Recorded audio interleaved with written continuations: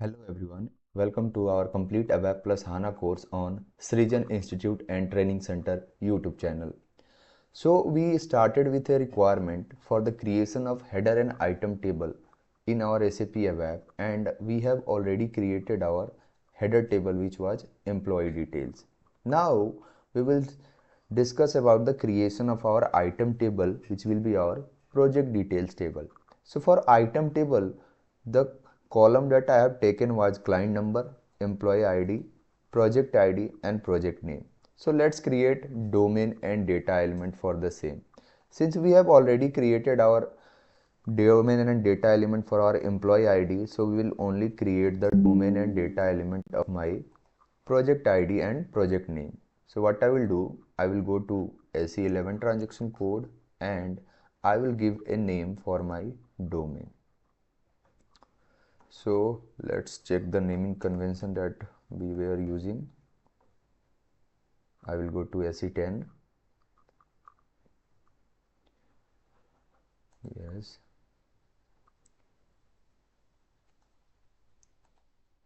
And this was the naming convention we are using. So we will use the same naming convention. ZSI project underscore ID. I will click on create button. Provide a short description, project ID. Its data type will be character and its length is going to be 3. So data type I am going to select as character and length will be 3. Press enter. Now click on save button. Assign the package. So my package name is ABAP on HANA Srijan and transport request will be 38. 38, yeah.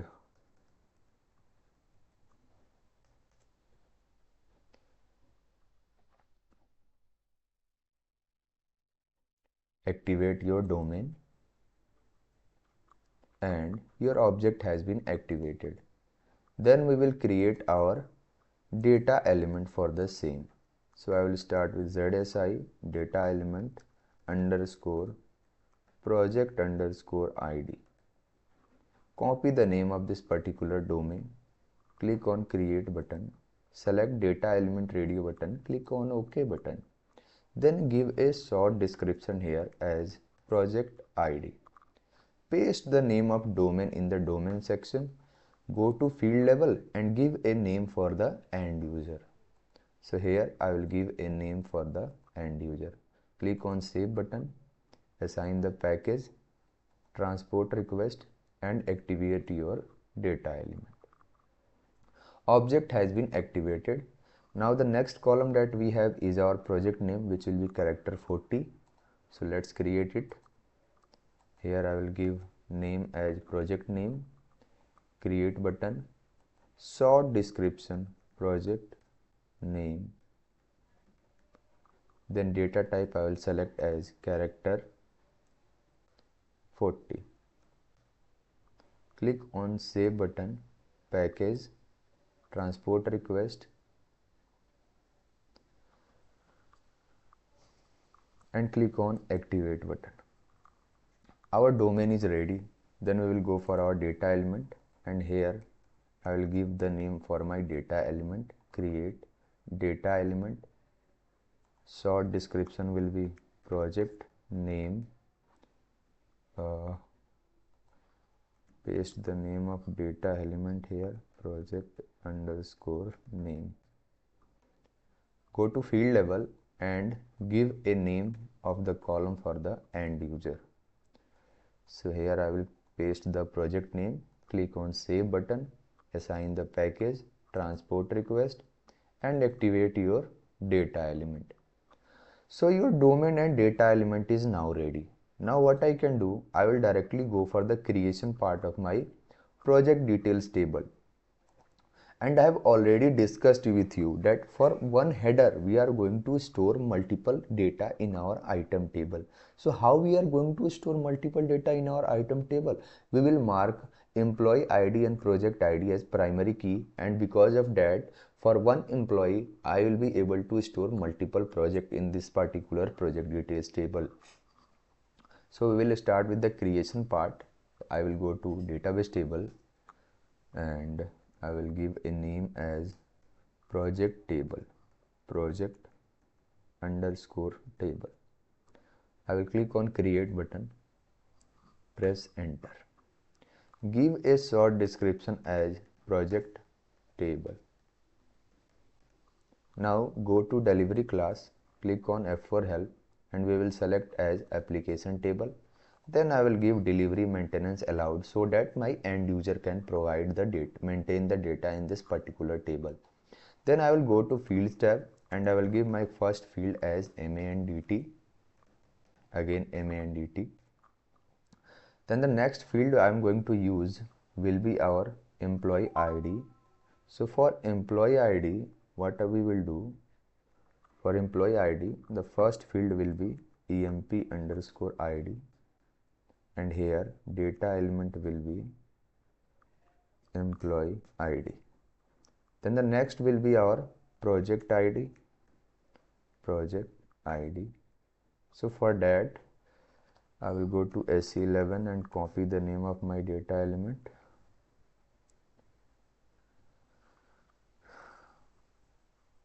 Data element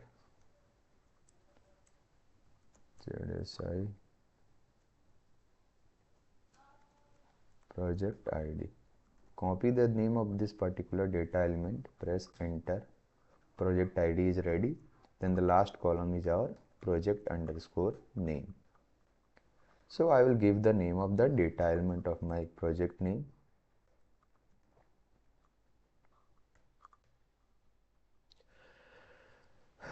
So these are the 4 columns which includes MANDT as well. Now we will mark the primary key. MANDT will be by default our primary key. The 2 main primary key of my table is going to be employee ID and project ID.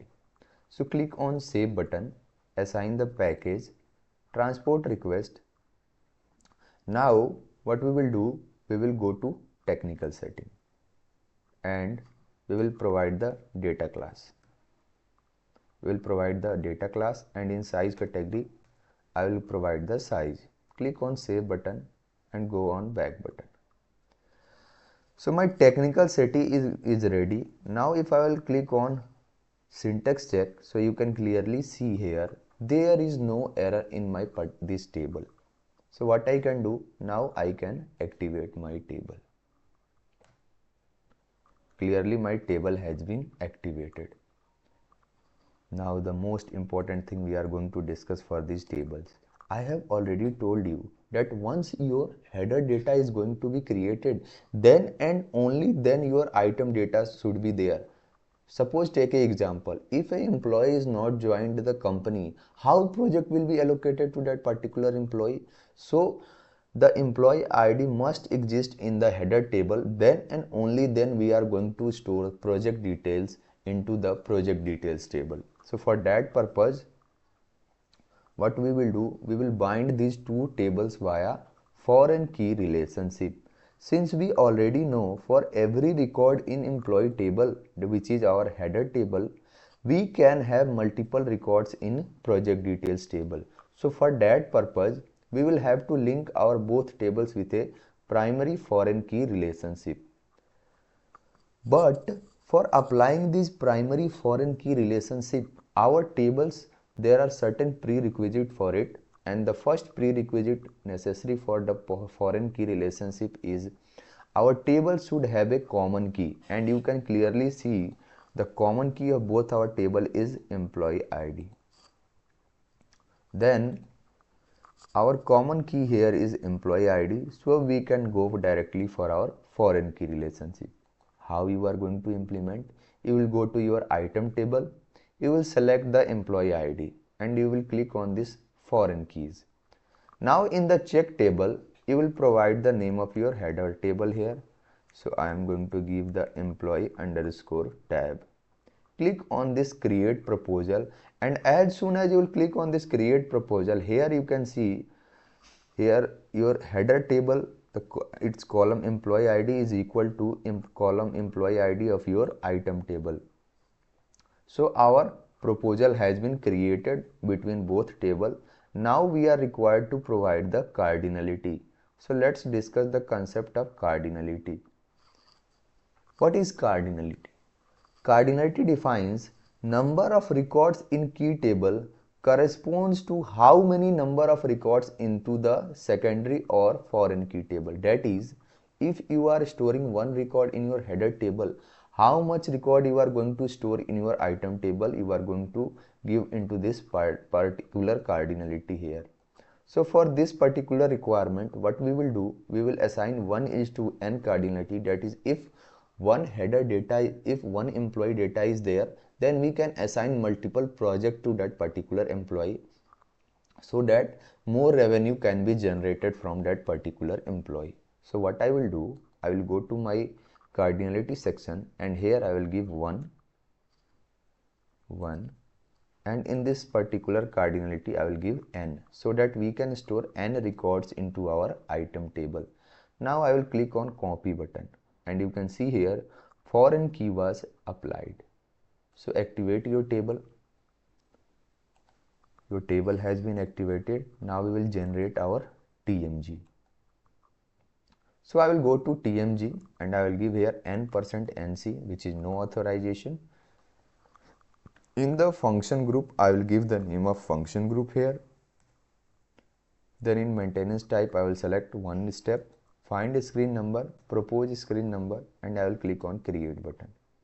Assign the package and transport request, so that your table has been created and you have created a table maintenance generator for it, so that end user can maintain data from our SM30 transaction code. Now I will go to SM30 and I will see what is the benefit of this particular foreign key which I have applied into my item table. So I will go to SM30. Give the name of your item table and click on maintain button. And here we will go for new entry. So first I will show how many records are there in our header table. Then we will store our item record, employee underscore tab. Click on display button. We can see we have got 5 records, from 101 to 105. Now try to store here 106 and press enter.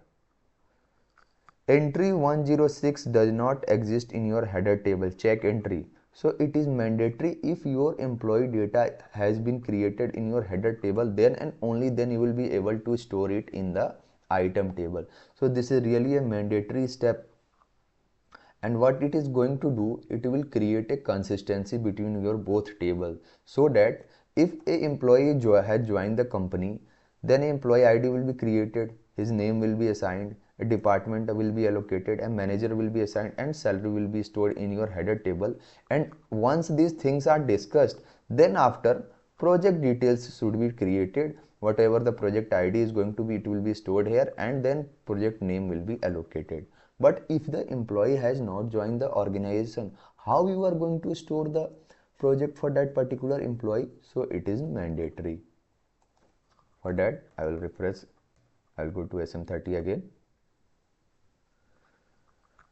And I will store only those data whose data has been already created. So ZSI underscore project underscore tab. Click on maintain button. I will go for new entry and I will start with 101, which is there in my header table. Then project ID, suppose I am giving 100, and let's take a project name for it. So let's store our data. Project name let's take as Nestle.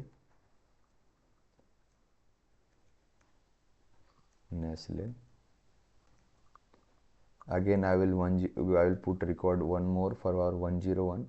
I will give here project ID as 200 and I will give the name of project as Hitachi. Again I will store one more project here with different project ID, and suppose this time I am giving here as Coca-Cola hyphen Cola. Click on Save button. So here you can see we are getting records combination of employee ID and project ID, and the combination of these records are unique. Here employee ID is 101 and this time project ID is different. So similarly we will store for our rest of the record 100 Nestle, 102 200 Hitachi, 102 300 Coca-Cola, then for 103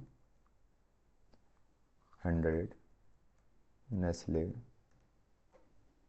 103 200 Hitachi, 103